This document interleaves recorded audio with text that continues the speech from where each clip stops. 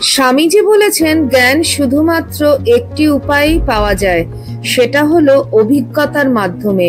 তাছাড়া আর অন্য কোনো উপায় নেই। সত্যের জন্য সবকিছুই ত্যাগ করা যেতে পারে, কিন্তু কোনো কিছুর জন্য সত্যকে ত্যাগ করা যায় না।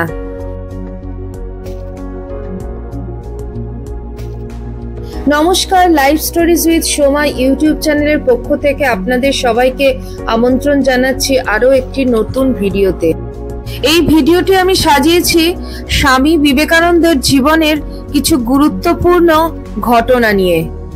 আসুন তাহলে ভিডিওটি শুরু করা যাক।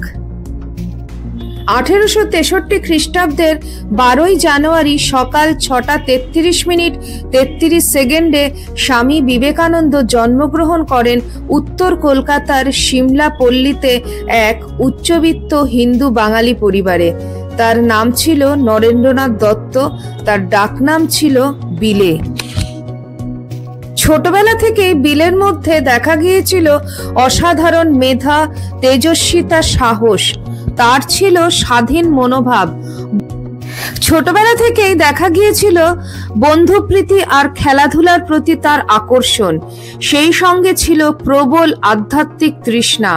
ধ্যান খেলতে খেলতে সত্যি গভীর ধ্যানে ডুবে যেতেন। পুজো করতেন রাম, সীতা আর শিবের, আর সাধু সন্ন্যাসী দেখলেই ছুটে যেতেন অজানা আকর্ষণে। স্কুলে নরেন্দ্রনাথ ছিলেন বিতর্ক ও আলোচনা সভার মধ্যমণি, খেলাধুলার নেতা আর উচ্চাঙ্গ সঙ্গীত আর ভজনে রীতিমতো প্রথম সারির গায়ক। জগতের প্রতি তিনি ছিলেন একজন গভীর মমতাশীল মানুষ। মানুষের বিপদে আপদে সর্বদা এগিয়ে যেতেন, তা যেমন বিপদই হোক না কেন। নরেন্দ্রনাথের বাণী, বক্তৃতা আমাদের জীবনের চলার পথের দিশারি। তার বিখ্যাত বক্তৃতাটি হলো আমেরিকার বোন ও ভাইয়েরা। সে এক অন্য গল্প, অন্যদিন বলবো। আজ বলবো ঠাকুর কি রূপে নরেন্দ্রনাথকে ঈশ্বর দর্শন করিয়েছিলেন। প্রশ্ন হলো, স্বামীজি কি সত্যি সেদিন ঈশ্বরের দেখা পেয়েছিলেন? সময়টা ছিল 1881 সালের নভেম্বর মাস। শ্রী শ্রী ঠাকুর রামকৃষ্ণ দেবের সঙ্গে নরেন্দ্রনাথের প্রথম সাক্ষাৎ হলো। প্রতিবেশী শ্রী সুরেন্দ্রনাথ মিত্রের বাড়িতে শ্রী শ্রী ঠাকুর রামকৃষ্ণ দেবের সঙ্গে নরেন্দ্রনাথের প্রথম সাক্ষাৎ হয়েছিল। সেখানে ঠাকুর নিজে নরেন্দ্রনাথকে দক্ষিণেশ্বরে আসার আমন্ত্রণ জানিয়েছিলেন।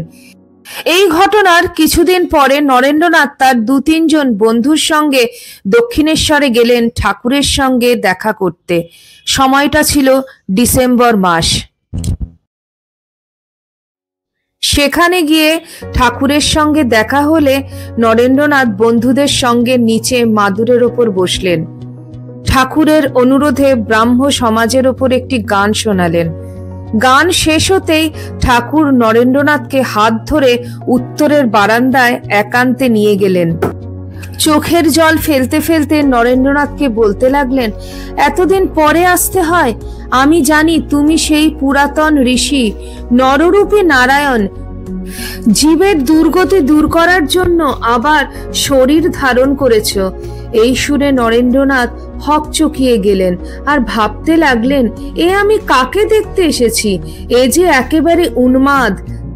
তারপর নরেন্দ্রনাথ ঘরে এসে আবার সবার সঙ্গে বসলেন। এরপর ঠাকুরও ফিরে এসে তার ভক্তদের উপদেশ দিতে লাগলেন। এখন নরেন্দ্রনাথের ঠাকুরকে স্বাভাবিক বলে মনে হলো এবং ঠাকুরের ভক্তদের দেওয়া উপদেশ শুনে মুগ্ধ হলেন। এরপর নরেন্দ্রনাথ ঠাকুরের কিছু নিকটে এসে জিজ্ঞাসা করলেন, মহাশয়, আপনি কি ঈশ্বর দেখেছেন? তাড়াতাড়ি উত্তর আসে, হ্যাঁ, আমি তাকে দেখতে পাই। তোমাদের সঙ্গে যেভাবে কথা বলি, তোমাদের যেভাবে দেখি, সেভাবে তার সঙ্গেও কথা বলা যায়। তুমি যদি দেখতে চাও তোমাকেও দেখাতে পারি। নরেন্দ্রনাথ ভীষণ অবাক হয়ে গেলেন। এই প্রথম কোনো মানুষকে দেখলেন যিনি ঈশ্বরকে দেখেছেন। শুধু তাই নয়, আবার অন্য কাউকেও দেখাতে পারেন। নরেন্দ্রনাথ ভাবলেন তিনি নিজের উপলব্ধি থেকে একথা বলছেন। আবার কিছুক্ষণ আগের ঘটনা মনে পড়ায় মনে হলো তিনি একজন মনোম্যানিয়াক, অর্থাৎ এক ধরনের বিশেষ পাগল। শ্রী রামকৃষ্ণ একদিন নরেন্দ্রনাথকে একা আসতে অনুরোধ করলেন দক্ষিণেশ্বরে। এরপর প্রায় 1 মাস পর নরেন্দ্রনাথ দক্ষিণেশ্বরে একাই এলেন। নরেন্দ্রনাথকে দেখে শ্রী রামকৃষ্ণ বিছানায় বসতে বললেন। হঠাৎই ঠাকুর ভাবাবিষ্ট হয়ে তার ডান পা নরেন্দ্রনাথের গায়ে স্পর্শ করালেন। সঙ্গে সঙ্গে নরেন্দ্রনাথের এক অদ্ভুত উপলব্ধি হলো। মনে হতে লাগলো ঘরের দেওয়াল, জিনিসপত্র বাই বাই করে ঘুরতে লেগেছে।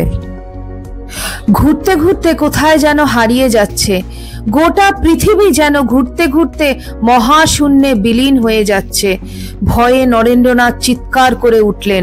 ঠাকুর সঙ্গে সঙ্গে তার স্পর্শ সরিয়ে নিলেন। এরপর নরেন্দ্রনাথ প্রায় দক্ষিণেশ্বরে যেতেন ঠাকুরের সঙ্গে দেখা করতে।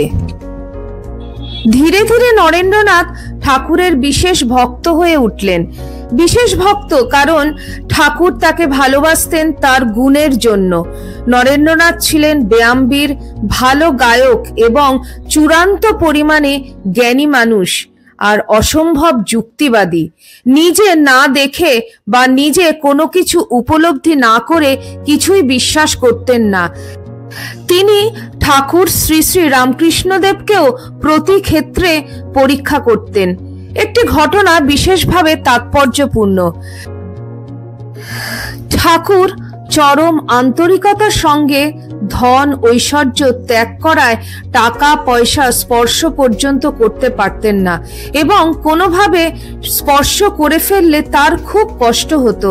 হাতে যন্ত্রণা শুরু হতো, হাত বেঁকে যেত। শ্রী রামকৃষ্ণের এই শারীরিক প্রতিক্রিয়া খাঁটি না বুজরুকি তা পরীক্ষা করার জন্য নরেন্দ্রনাথ একসময় বিশেষ উদ্গ্রীব হয়ে উঠলেন। একদিন দক্ষিণেশ্বরে এসে দেখলেন ঠাকুরের ঘর ফাঁকা। শুনলেন তিনি কলকাতায় গেছেন। এই সুযোগে তিনি একটি টাকা ঠাকুরের বিছানার তলায় ঢুকিয়ে দিলেন। এরপর তিনি পঞ্চবটিতে ধ্যান করতে চলে গেলেন। ঠাকুর কলকাতা থেকে ফিরলে নরেন্দ্রনাথও চলে এলেন ঠাকুরের কাছে। ঠাকুর বিছানায় বসতে গেলে বিছানার সাথে স্পর্শ হওয়া মাত্র যন্ত্রণায় লাফিয়ে উঠলেন আর এদিক ওদিক নির্বাকের মতন দেখতে লাগলেন। এক ভক্ত সেই দেখে বিছানার চাদর টেনে সরাতেই টাকাটি মাটিতে পড়ে গেল। এই দেখে নরেন্দ্রনাথ একটি কথাও না বলে ঘর থেকে বেরিয়ে গেলেন। ঠাকুর বুঝলেন নরেন্দ্রনাথ তাকে পরীক্ষা করেছে। ঠাকুর কিন্তু খুব খুশি হলেন।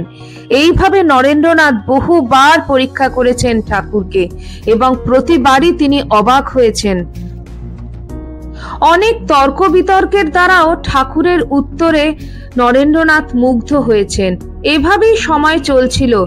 কিন্তু 1884 সালের 25শে ফেব্রুয়ারি নরেন্দ্রনাথের পিতা বিশ্বনাথ দত্ত দেহত্যাগ করলেন।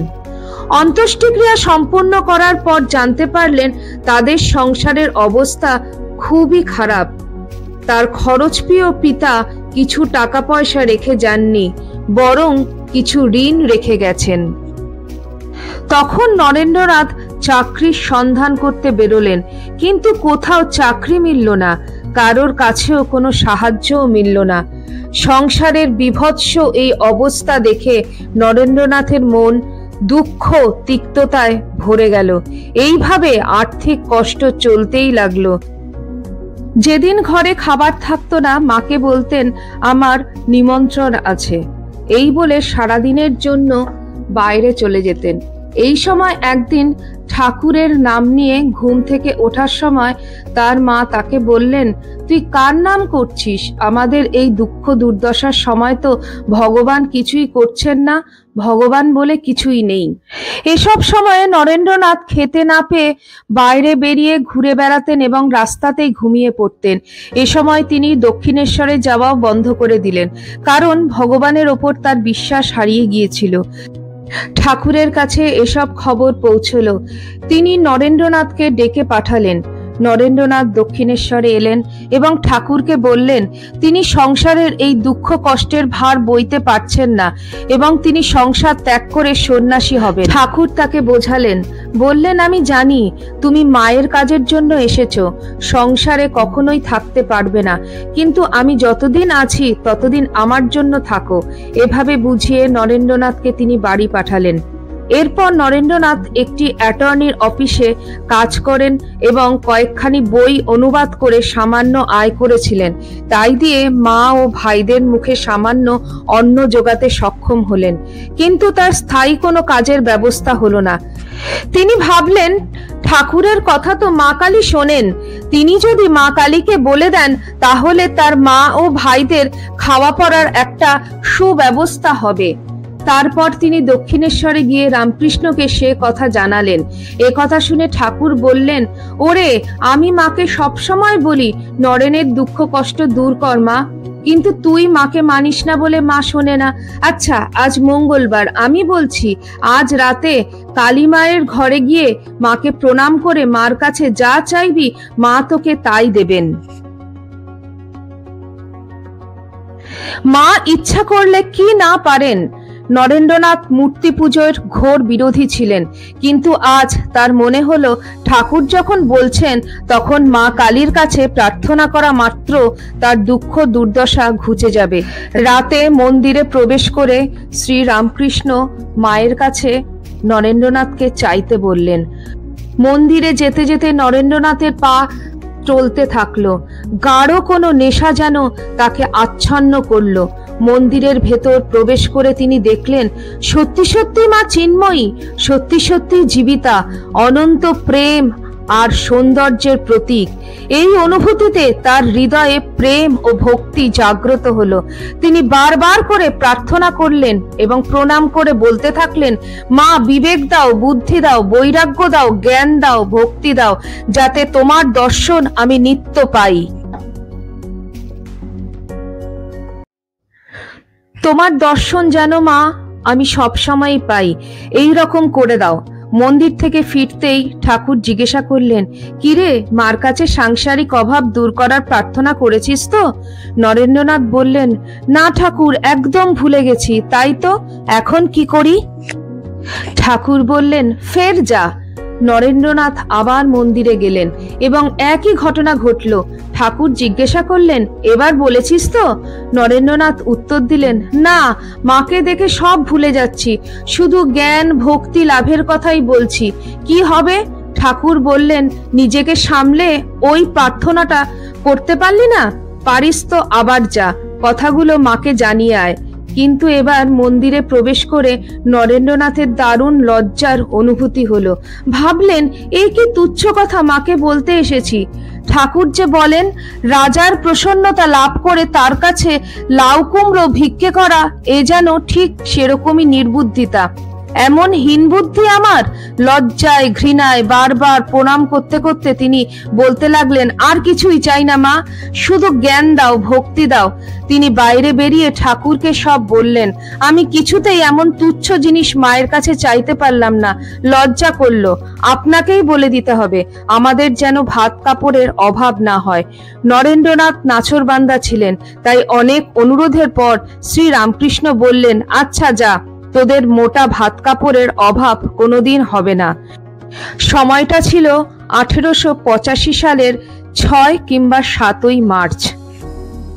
এভাবেই নরেন্দ্রনাথ মায়ের দর্শন পেয়েছিলেন। সেই যে তিনি প্রথম দর্শনের দিন ঠাকুরের কাছে জানতে চেয়েছিলেন ঈশ্বরের দেখা ঠাকুর পেয়েছিলেন কিনা। আজ তিনি ঈশ্বর দর্শন করলেন। ঠাকুরের ওপর থেকে যাবতীয় অবিশ্বাস দূর করে ঠাকুরের কাছে নিজেকে সমর্পণ করলেন।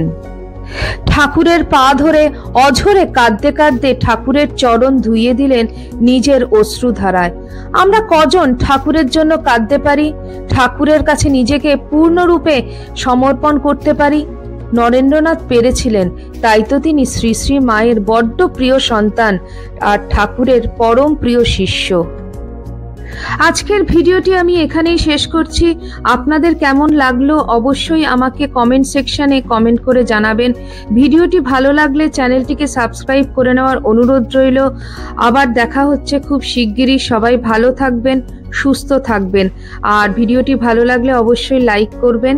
নমস্কার।